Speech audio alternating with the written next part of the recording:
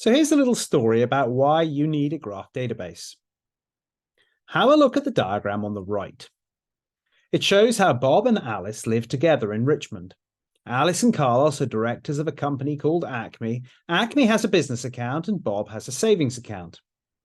The question is, if Carlos is a director of Acme and he transfers money from his business account to Bob's savings account, is that a related party transaction? Well, it's kind of clear from the picture that it is a related party transaction, and a graph database would be able to show this very easily. It would start at Carlos, and it would trace along the links down to Acme, up to Alice, through Richmond, down to Bob, and down to Bob's savings account. Be able to show you that you can get from one account to another in a relatively small number of steps, and that they are probably related parties. The same is not true of a conventional database. Have a look at the tables on the left. You have a table for names and addresses, a table for accounts, and a table for directorships. It's actually exactly the same information, but you have to look pretty hard at it to work that out.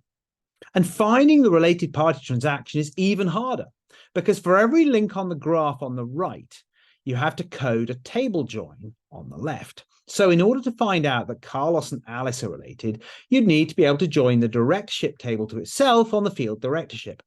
Similarly, to link Alice to Bob, you need to join the address table to itself on the field address. And to link Carlos to Bob, you'd have to join the results of the two queries above together on the name field.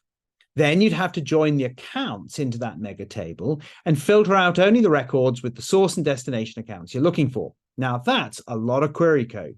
And this is in a super simple case with only a few tables, very little data, and crucially, you know in advance exactly the kind of relationships you're looking for and the number of steps you're expecting to go through the graph.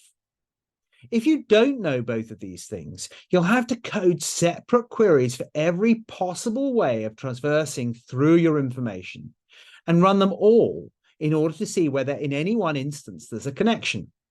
Even if you have time to write the queries, the time to run them would be prohibitive.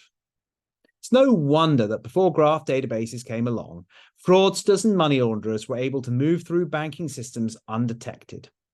So there you go. One of many cases where you can do things in a graph you simply can't do with a conventional database.